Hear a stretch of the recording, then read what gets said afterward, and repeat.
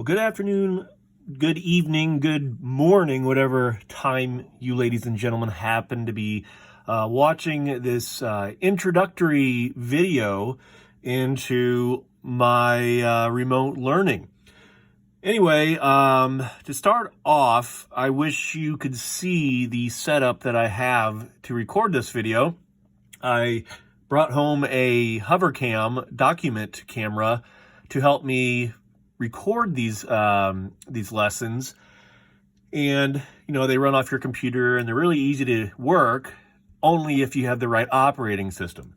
I currently have a Mac as my as our home computer, and so I said, well, it's not working for a Mac because it's not supported, so I'll use my Chromebook, and the Chromebook does not support the software with the camera either. So I am doing this through the lens of my cell phone.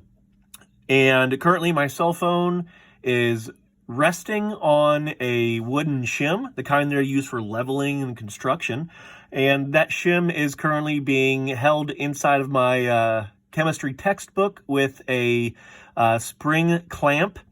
And so this is just phenomenal. It's going to probably test my patience a little bit because the marker I have in case I'm going to write anything keeps rolling off the desk. And, so be it. Anyway, this shouldn't be too long of a video, and hopefully after I record this, I will be able to upload it to my email or to Facebook. Not Facebook. What am I talking about here? Been out of Classroom too long. Classroom, there we go.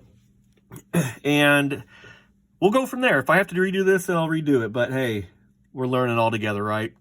Anyway, today what we're going to do is we're going to finish up section 3. Now, I noticed that I posted the quiz for section 9.1 through 9.3 to Classroom for you to complete. And I realized that we never had the opportunity to actually finish section 3 talking about bond polarity in molecules and how their shapes determine polarity within an entire molecule. So we'll start off there, and then we'll continue into section 4, which is only like 2 slides, just talking a little bit about what are called orbital overlaps and covalent bonding, what we see, what happens there. Anyway, we are starting off on chapter 9, molecular geometries and bonding theories. Well, we're not really starting there. We're continuing there. Anyway, so let's begin, shall we? Sorry, my allergies are really kicking in here, so if you hear me sniffle, that's because I'm allergic to everything outside, and this is usually my favorite time of year. Anyway, we ended our last class talking about bond angles and how we predict bond angles. And so just to show you where we're off in the notes, we are going to go to the next slide, and we're going to talk about polarity. Now, these are copies of your PowerPoint, so if you want to follow along and jot down notes, be my guest. I recommend it just for your sake. But anyway, in chapter 8, when we talked about chemical bonding in general, we discussed somewhat briefly a bond dipole. Now, bond dipoles are simply situations in where covalent compounds or bonds are formed and they don't share electrons equally. And when that happens, we tend to see a certain atom that is more electronegative actually have a stronger pull on the electrons. Therefore, the electrons tend to congregate towards that that atom, and has more of a negative aspect to that atom itself. And that leaves the other atom that is currently bonded to that electronegative atom a little more positive. We could all be a little more positive in these days, I guess, but hey. Anyway, but as we've been doing in chapter 9, and we're talking about molecular geometry, we really can't look at a specific individual section of a molecule to be able to determine its geometry, and we can't do the same. We can't do that at all when it comes to polarity. Even though we might have certain bonds be polar, the overall geometry of the molecule itself will help in determining whether or not the molecule in its entirety is going to be polar, okay? So as you see here, if we just look at CO2 as your example on your page, we see that carbon is the less electronegative element compared to oxygen, so it gets the central placement. Now, if we were to look at our table, looking at electronegativity values, we would see that oxygen has a more electronegative value, therefore it would have a stronger pull on the electrons that are shared between itself and the carbon. But that would mean that just having those two, as I cover up the other one, that would mean this would be polar. But if you notice in the entire molecule of CO2, we have oxygens that are on either side 180 degrees from each other, about the central atom of carbon. So if we have an oxygen that has a electronegativity value of 3.5 on one side and 3.5 on the other side, and they are trying to pull against each other, they are actually pulling in opposite directions, so which means that their electronegativity values are going to cancel each other out. Therefore, our overall dipole moment is 0. Okay? So that means this is a non-polar molecule. Okay? Moving on. Now, we already talked about predicting bond angles. Again, looking with polarity, see, I'm already having issues with the marker. By adding the individual bond dipoles, we can determine the overall dipole moment of the molecule. Okay? So, we're going to be looking at a couple different examples here, and I'm also going to be pointing out some good information that you can find in your textbook, and I'll tell you where you can find that textbook, as well as read it to you, about what would make an easy assistance in helping us make a determination of whether or not a molecule is a polar or non-polar molecule. Okay, so here is a list of a few examples of different types of molecules that we could encounter. We've got HCl, we've got BF3, CCl4, CH3Cl, and NH3. And you notice below them, you will see that they are labeled as either polar or non-polar. But what makes the geometry itself a huge contributor to whether or not something is polar or non-polar? Well, as you see on top of your slide here, your page, it says the last paragraph on page 358 gives good examples. Now, on page 358, directly below, towards the bottom where it says give it some thought, there's a little purple box there. The paragraph below that, it talks about figure 9.13, which this is 9.13 in your textbook. But after that sentence, it says the molecules in which the central atom is symmetrically surrounded by identical atoms, such as BF3 and CCl4, are nonpolar. For example, for AB molecules for which all the B atoms are the same, meaning when we say AB atoms, we're talking about a generic atom that we saw early on, where it was like A as the central atom and B atoms go on the outside, if you recall that. As long as all of the B or outside atoms are the same element and the geometry will be symmetrical, then you'll have a nonpolar molecule. Here are some examples of symmetrical geometries. Okay, linear, trigonal planar, tetrahedral, square planar, trigonal bipyramidal, and octahedral.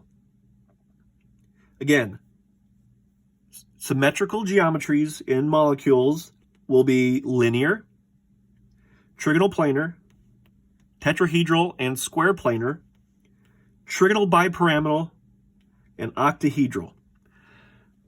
As long as a molecule has those geometries and I stress the word and, the outer elements, the B atoms, are the identical atoms. So this would have to be iodine, iodine, iodine, or chlorine, chlorine, chlorine, however, okay? all the outer elements have to be identical in order for them to be nonpolar. So let's look at a few examples here to see what we're talking about. So we are given 3 examples. I'm looking through my phone here trying to see them. There we go. Okay, we got BrCl, SO2, and SF6 as our 3 examples here. Now, in order to do these examples or to determine the geometry and the setup, you got to go back to Lewis structures, okay? So these are kind of Lewis structures that have been completed where we have the lines that represent the combined or covalent atoms or electrons. Sorry, I'm a little rusty here on the talking. Anyway, for BrCl, if we were just to make the BrCl compound, we see that it's just this, okay? Right there. We notice that Br and Cl are completely different atoms, okay? Cl is more electronegative than bromine, meaning it's going to have a stronger pull on the shared electrons than bromine will. So that means we're going to have a more of a negative side towards the chlorine side and a more positive side towards the bromine side. So we have an imbalance, as I like to say. And so when you have this imbalance of charges, you're going to be polar. All right. Next example is SO2. Okay. SO2 actually has resonance structures that can be created. Okay, as we see here. Now, if we were to look just at the electron domain geometry of any of these resonance structures, we would see that we've got 1, 2, 3 electron domains, around the central atom, which would give us a electron domain geometry of trigonal planar. But electron domain geometry does not give us any indication of whether something is polar or nonpolar. It's the molecular geometry, okay? And since looking at the Lewis structures here and the resonance structures, we see that we have 2 bonding and 1 non-bonding domain, which, looking at table 9.2 on page 351, that would give us the geometry called bent. Okay, so you can see kind of bent. And bent, even though we've got the same atoms out here, bent is not a symmetrical geometry. It was not in the list provided on page 358. So, because this is not symmetrical, even though they have the same outer elements, bent is not a molecular geometry that is symmetrical.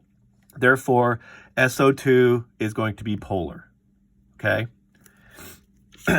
Our last one, SF6, again, doing the kind of modified Lewis structure here. We see sulfur in the center and fluorine, 6 fluorines outside. Now, since we have 6 domains, that gives us an octahedral. Octahedral is a symmetrical geometry as listed on page 358. And they also have the same element, the same atoms on the outside, all fluorines.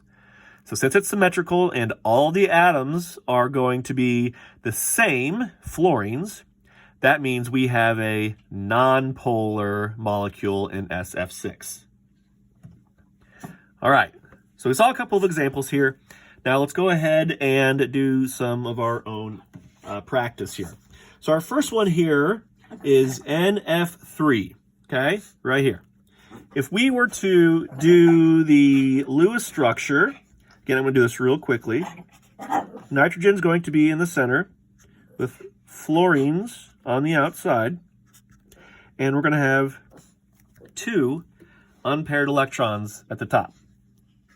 Clean that up a little bit. So, electron domain, we would see that there are 1, 2, 3, 4 domains total, giving us a tetrahedral. Okay, but you'll see that we have 3 bonding and 1 non-bonding. And so our molecular geometry would be trigonal pyramidal.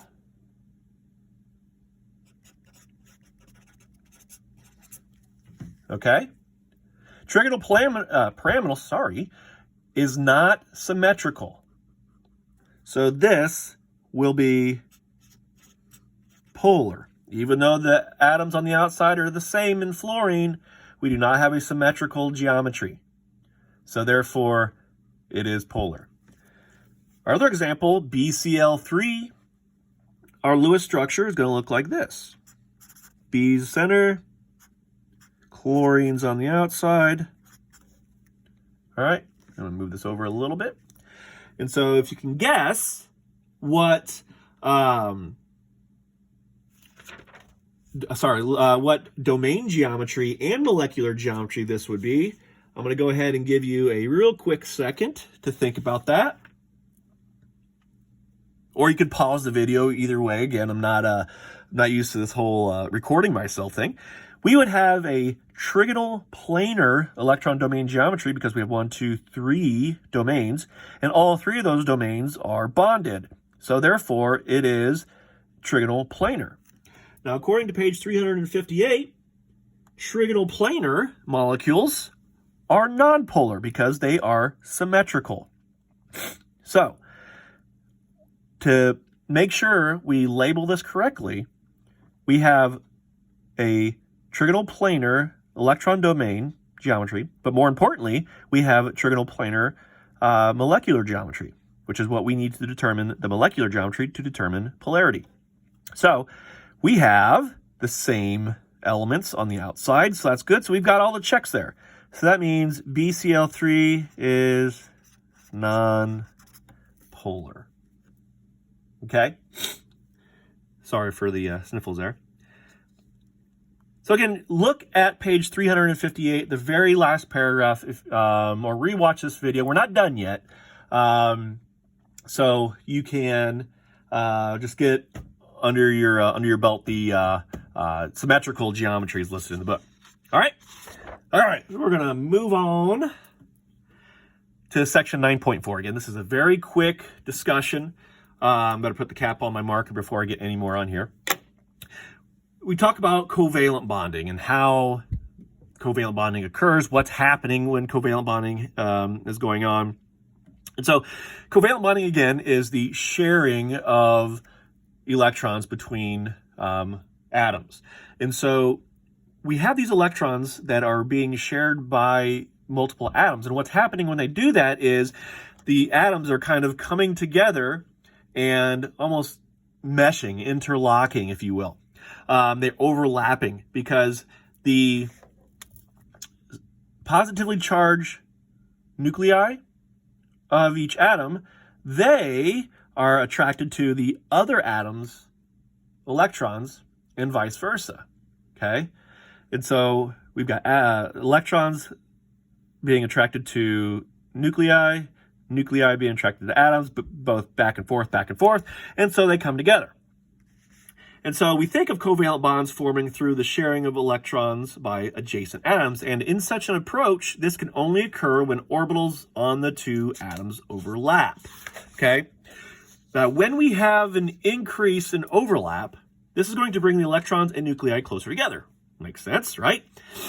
But by doing so, by overlapping, they are going to be decreasing the electron-electron repulsion.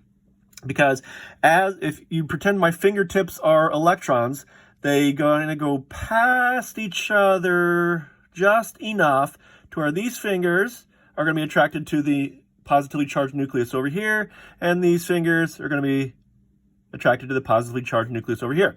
And so they kind of just go past each other just a little bit because we can only go so far.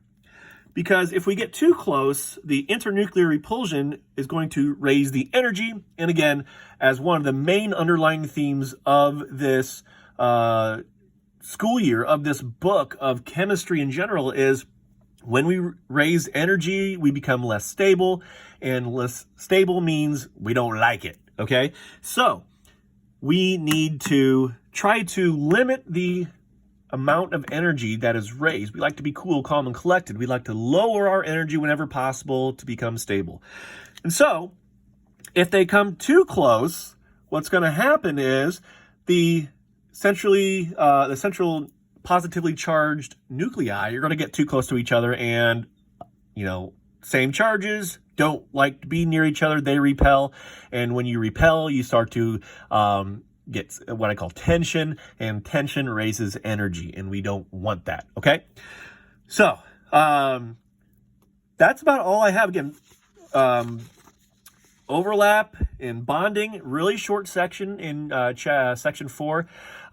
Section 5 is going to be a little different. We're going to look into what's called hybrid orbitals. Okay.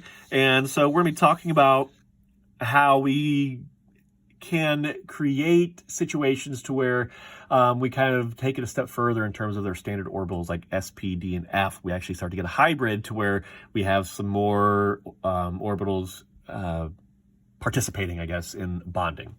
But I hope this helps, and I hope this works mostly. But if I can get it to work and everything's doing fine, or if I can get my camera to work, then we'll keep this going. I'm going to do my best to see what technology I have around the house. Who knows what I have. And so I will see each and every one of you, or at least hopefully soon. And with that being said, I will see you all later. Have a good day, evening, morning. Like I said, whenever you are listening to this and watching this, I'll talk to you later.